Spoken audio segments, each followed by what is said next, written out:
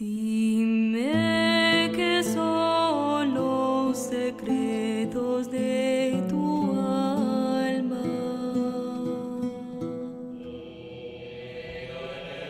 Dime cuál es el camino de tu divino amor.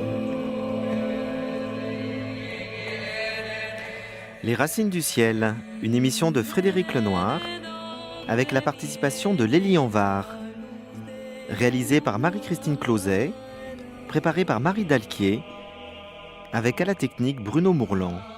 Alma llena de luz y de belleza.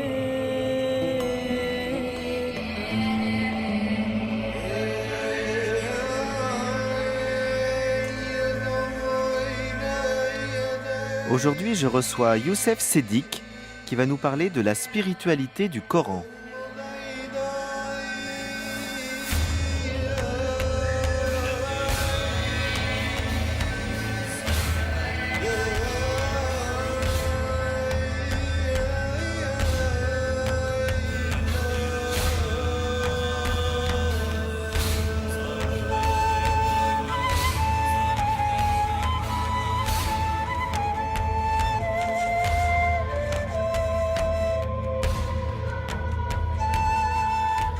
Youssef Sedik, bonsoir. Bonsoir. Vous êtes tunisien. Vous avez fait des études universitaires de lettres modernes et de philosophie à Tunis avant de venir à Paris, où vous avez fait une agrégation de philosophie, des études à la Sorbonne, un doctorat d'anthropologie à l'école de hautes études, et vous vivez donc en France depuis 1982. Vous avez écrit de nombreux ouvrages, dont une traduction du Coran en français, dont nous reparlerons, ainsi que de nombreux livres du patrimoine arabe classique. Vous avez également publié un ouvrage particulièrement intéressant pour notre propos, Nous n'avons jamais lu le Coran, aux éditions de l'Aube. Alors, ce que je trouve vraiment extrêmement intéressant dans votre parcours, c'est que vous êtes profondément enraciné dans la culture arabe et musulmane.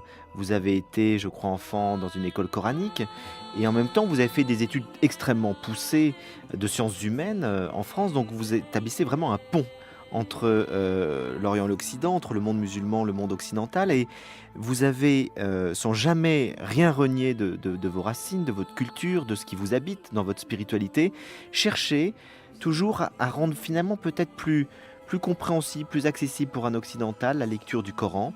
Et notamment, vous avez fait quelque chose de très étonnant, je pense que c'est assez inédit. Vous avez fait une traduction dans laquelle vous avez supprimé, mis de côté, on va dire, tout un certain nombre de versets qui étaient des versets juridiques ou qui vous apparaissaient moins importants, pour ne garder que les versets essentiels qui sont universels et qui peuvent parler à tout homme. Alors déjà, une telle entreprise, je la trouve extrêmement audacieuse. Même en contexte chrétien, elle serait très mal vue par les autorités religieuses. Qu'est-ce que ça a dû être en contexte musulman? Est-ce que vous n'avez pas reçu des menaces suite à un tel travail? D'abord, j'ai une technique très animale de contrer les velléités de menacer quelqu'un pour la pensée. Je trouve ça la plus haute des aberrations, que quelqu'un qui ne vous a absolument pas fait de mal, parce qu'il a pensé uniquement, parce qu'il a une idée, quelque aberrante qu'elle soit. Je peux être surréaliste, je peux être Artaud, je peux être Nadeau, je peux être n'importe quel nouvelliste surréaliste, et puis on me lit ou on me lit pas, mais on m'agresse pas. Or, dans la question religieuse, et surtout pour l'islam, ces jours-ci, il suffit de penser quelque chose de différent, quelque chose qui ne plaît pas à une autre pensée ou à un autre adorateur de Dieu, pour que l'agressivité, vous avez raison, soit à l'ordre du jour. Mais j'ai une technique pour ça. Je ne réponds pas. Je ne m'inscris pas dans le dialogue avec ceux qui interdisent à quelqu'un de penser, et rien que penser. Rien que de dire, voilà, moi je crois que le cheval a 10 pattes, et je trouve que cette image me plaît, et j'ai le droit de le dire. Pour le Coran, c'est la même chose.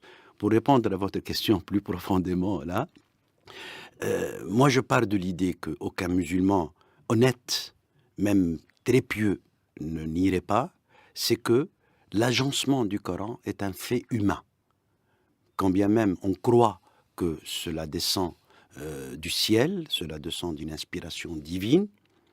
Les gens honnêtes, les historiens honnêtes de l'islam, Tabari, les exégètes, etc., savent que l'agencement des versets et des sourates est un acte d'humain, est un acte de quelqu'un qui est profane, qui a fait un effort, et au moment où il le faisait, des compagnons du prophète qui ont été présents dans la révélation autour du prophète avaient d'autres copies, avaient d'autres agencements. Partant de là, partant de cette honnêteté première, cette reconnaissance première, je me donne le droit de dire que ce verset-là ne peut pas être à côté de ce verset-là, parce que il le couvre d'une cultualité, si je peux m'exprimer ainsi, qui atrophie son sens profond et ça lui rend pas service. Et c'est pour cela que j'ai construit ça sur une pyramide de 7 chapitres. Le chapitre médian, c'est Dieu, Allah. Et les 3 chapitres avant, c'est à partir de l'opinion jusqu'à Allah, en passant par la science. Et l'amont, ou l'aval plutôt, c'est à partir d'Allah jusqu'à l'éthique au sens spinozien du terme. Et j'ai mis côte à côte les versets qui correspondent à chaque chapitre.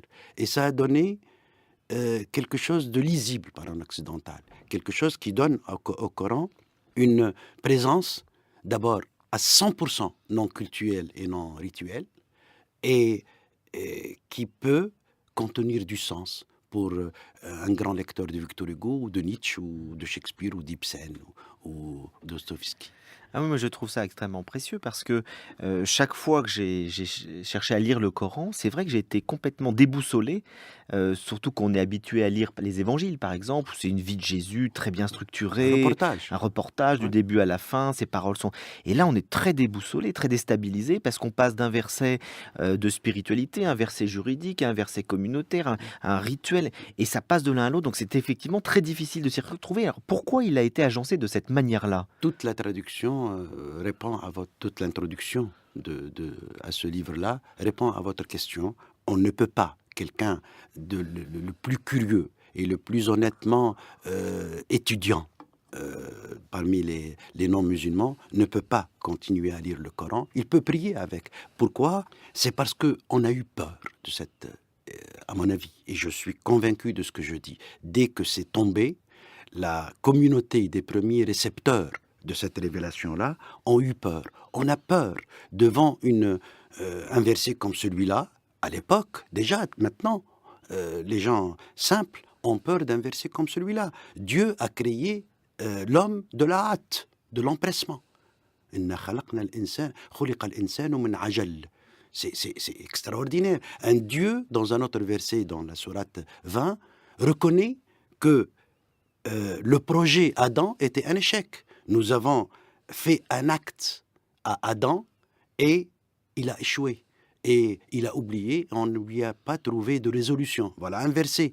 Et il faudrait envelopper ces versets-là, qui sont des versets extrêmement profonds, qui ont donné à plus tard des envolées mystiques énormes, celles de Nifarid al-Hallaj, de Dunnun al-Masri, de Bistami, etc., etc. C'est à partir du Coran qu'ils sont partis, ces gens-là, et on a voulu les envelopper dans ce qui est la sagesse au sens scolaire du terme. Un enfant est sage, pour que les gens prient avec. Ils ne les lisent pas. D'ailleurs, le musulman ne dit pas « j'ai lu le Coran ». Il dit « je récite le Coran ».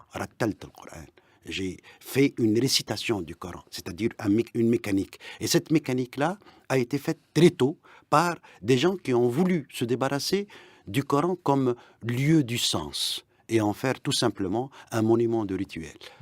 Alors pour bien comprendre les choses, pour ceux qui ne connaissent pas très bien les débuts de l'islam, racontez-nous en quelques mots comment s'est fait la révélation coranique, parce que je crois que, d'ailleurs, j'aime pas dire Mahomet parce que c'est un mot d'origine turque, on dit Muhammad, voilà. Ouais. Il était analphabète, je crois, donc enfin c'est ce qui est dit, me semble-t-il, par la tradition. Donc au fond, comment s'est passée cette révélation et comment après est-ce qu'on est passé de ce qu'a dit le prophète à la constitution du texte? Bon, voilà ce que l'histoire dit presque unanimement, un consensus. À l'âge de 40 ans, il était en train de se recueillir comme beaucoup d'abrahamistes